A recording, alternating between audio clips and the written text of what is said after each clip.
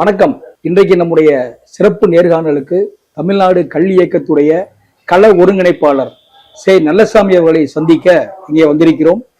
சட்டசபையில முதல்வர் பேச மாட்டேங்காரு, அமைதியா இருக்காரு, எதுக்குமே பதில் சொல்ல மாட்டேங்காரு, பேசுங்க அப்படின்லாம் திராவிட முன்னேற்ற கழகத்து எதிர்கட்சி தலைவர் உதயநிதி ஆர்ப்பாட்டம் எல்லாம் பண்ணாரு. ஆனா பேச ஆரம்பிச்ச உடனே அந்த பார்ட்டி பண்புன்னு சொன்ன உடனே அந்த இருக்கக்கூடிய திமுகவுடைய எம்எல்ஏக்கள், எதிர்கட்சி தலைவர் உதயநிதி முதற்கொண்டு எல்லாருமே விழுந்தடிச்சு வெளியே போயிட்டாங்கல்ல. அதை பத்தி என்ன நினைக்கிறீங்க? அதாவது வெளியே போகக்கூடாது. நீங்க யார் ஒரு கருத்து சொன்னாலும் தீசிஸ், ஆன்டிதீசிஸ், சிந்தசிஸ், முற்கோள், முரண்கோள், முற்றுக்கோள்.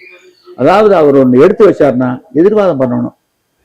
ரெண்டு பேரும் வாதம் பண்ணி இறுதியில் ஒரு முடிவு எடுக்கணும். அதற்கு போட்டு வெளியே ஓடுறது ஏற்புடையது. அமைதியா இருக்கிறது நல்லதுதான். அது வள்ளுவர் வழிதான். கல்லாதவரம் நனி நல்லர், கற்றார் முன் சொல்லாது இருக்க பெரியன். வாயை திறக்காதவர்ல நல்லவர் தான், கற்றவர் தான். வாயை திறந்துட்டா தான் போச்சு. சட்டசபையை இவர் ஒரு சினிமா ஷூட்டிங் அரங்கம் மாதிரி ஆக்கிட்டாரு. அப்படிதான் இப்ப நடந்துட்டு இருக்கு சட்டசபை. எல்லாரும் விசில் அடிக்க ஆரம்பிச்சிட்டாங்க அப்படிங்கிற மாதிரி உதயநிதி குற்றச்சாட்டுறாரு. சட்டசபை ஒரு சினிமா ஷூட்டிங் ஸ்பாட் மாதிரி நீங்க நினைக்கிறீங்களா? அதாவது தமிழ்நாடே ஒரு ஒரு நீங்க சொன்ன மாதிரி ஒரு படப்பிடிப்பு அரங்கமா தான் இருக்குது. 1967க்கு பின்னாடி, காமராஜருக்கு பின்னாடி இந்த நாடு எப்படி இருக்குன்னா ஒரு படப்பிடிப்பு அரங்கமா மாறிட்டுது. காமராஜரோட போச்சு. நீங்க இங்க பாத்தீங்கன்னா ஆளுகின்றவர் யாரு? நடிகர் விஜய். எதிர்கட்சி தலைவர் யாரு? நடிகர். இந்த நாட்டுல பாத்தீங்கன்னா இத்தனை பேர் இருக்காங்கல்ல, நடிகர்கள் எவ்வளவு விகிதாச்சாரம்? எத்தனை பேர் மொத்தம்? இத்தனைக்கெல்லாம் இடஒதுக்கீடுங்கிறாங்கல்ல, இதுக்கு எங்க இடஒதுக்கீடு? நீங்க ஒவ்வொரு நடிகரும் அந்த ராகவா லாரன்ஸ் அவர் நான் தான் வருங்கிறாரு, விஷால் நான் தான் வருங்கிறாரு. நீ பாத்தீங்கன்னா நயன்தாரா கட்சி ஆரம்பிச்சா கூட ஆச்சரியப்படுறது இல்லை. ஒரு திரைப்படத்துல நயன்தாரா நடிச்சாங்க. அந்த அப்போ அரங்கிற திரைப்படத்துல நல்ல மாவட்ட ஆட்சியரும் நடிச்சாங்க. அப்ப கேரள பத்திரிகையில் எழுதினாங்க, நயன்தாரா வரம்ங்கிற திரைப்படத்துல நல்ல மாவட்ட ஆட்சியராக நடிச்சு தமிழ்நாட்டு மக்களுடைய இதயங்களில் இடம் பிடித்து விட்டார்.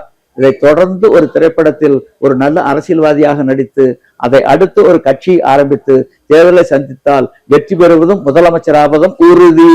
ஏனென்றால் தமிழர்கள் நிழலை நிஜமென நம்பக்கூடியவர்கள், சினிமா முகம் கொண்டவர்கள். இப்படி பதிவு பண்ணியிருக்காங்க. இது எப்படி இருக்குன்னா ஒவ்வொரு தமிழனை கன்னத்துல பிஞ்சு ஒன்று செருப்பால் அடிச்ச மாதிரி இருக்குது. வெட்கப்பட வேண்டிய ஒண்ணு. இது பாருங்க, விவசாயிகள் நாங்க எத்தனை பேர் இருக்கிறோம்? 60% இருக்கிறோம் மக்கள் தொகையில. ஏதாச்சும் ஒருத்தர் விவசாயத்துல ஒரு முன்னோடி விவசாயியா இருக்கலாம், சில சாதனை நிறுத்திட்டு இருக்கலாம். அவங்களுடைய உடலை 60% இருக்கிற எங்களுடைய யாராச்சும் ஒருத்தர் இறந்துட்டா சாதனையாளர்கள் அரசு மரியாதையோடு அடக்கம் பண்ணது உண்டா? கிடையாது. உண்டி கொடுத்தோர் உயிர் கொடுத்தோரே. இது மணிமேகலை பதிவு. சுழன்றும் ஏற்பின்னது உலகம், அதனால் உழந்தும் உழவே தலை. உழவினார் கைமடங்கு நிலை, விளைவதும் விட்டேம் என்பார்க்கும் நிலை. உழுவார் உலகத்தார்க்கு ஆணி அகுதாற்றாது எழுவாரை எல்லாம் பொறுத்து.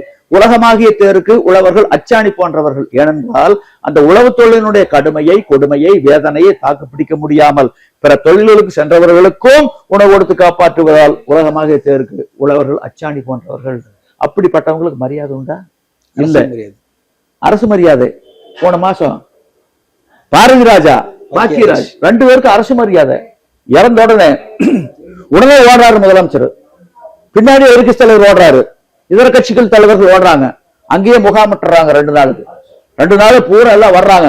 திரைப்பட நடிகர்கள் எல்லாம் வர்றாங்க, நடிகர்கள் எல்லாம் வர்றாங்க. நம்ம அரசியல் தலைவர்கள் அங்க முகாமிட்டுக்கிட்டு இருக்காங்க.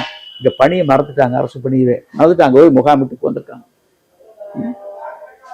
அதாவது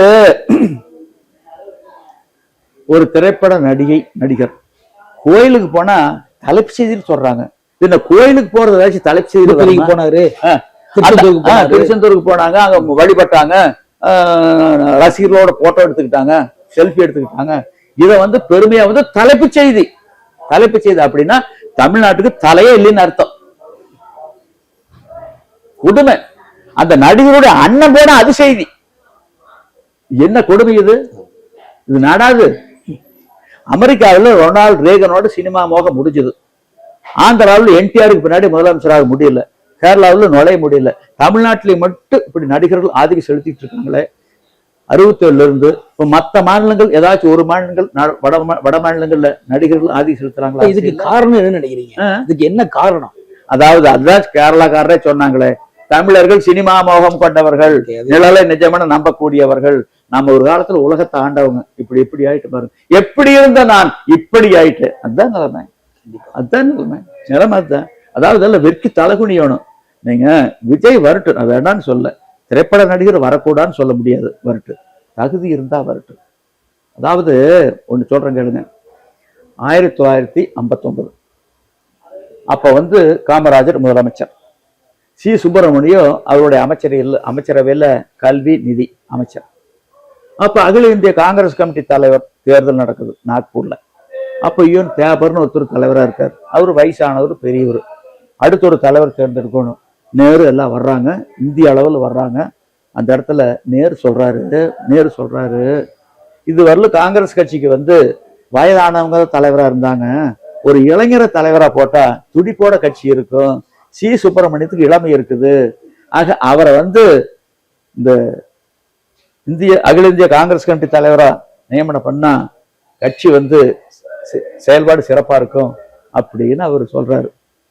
காமராஜர் என்ன சொல்றாரு, அவர் சிஎஸ் விடுறதுக்கு அவர் விரும்பல, என்ன சிறந்த நிர்வாகி, காமராஜர் அதுக்கு உடன்படல. ஆனா சிஎஸ் என்ன சொல்றாரு, சி சுப்பிரமணியன் என்ன சொல்றாரு, வெளிப்படையா சொல்றாரு, ஒரு துறை, அரசு துறை, நட்டமாக நடக்கூடிய துறை என்னிடம் ஒப்படைத்தால் அதை லாபமாக கொண்டு என்னால் நிறுத்த முடியும். ஆனால் கட்சி என் கைகளில் கொடுத்தால் கட்சிக்காரர்களை சமாளிக்க முடியாது, அவங்களை மேய்க்க முடியாது, கட்சி கீழ் நோக்கி போயிரு, வேண்டாங்கிறாரு. தன்னை எடை போட்டு விடை கண்டு வேண்டாங்கிறாரு. அந்த மாதிரி நீங்க வாங்க, வேண்டான்னு சொல்ல, எடை போட்டு விடை கண்டு வாங்க. அதாவது எழுதுன வேட்டை கெடுத்த, பாடினவ பாட்டை கெடுத்த, ஆட்சியில அமர்ந்தவன் நாட்டை கெடுத்த, அந்த சொல்லு விஜய்க்கு வரக்கூடாதுங்கிறது தான்.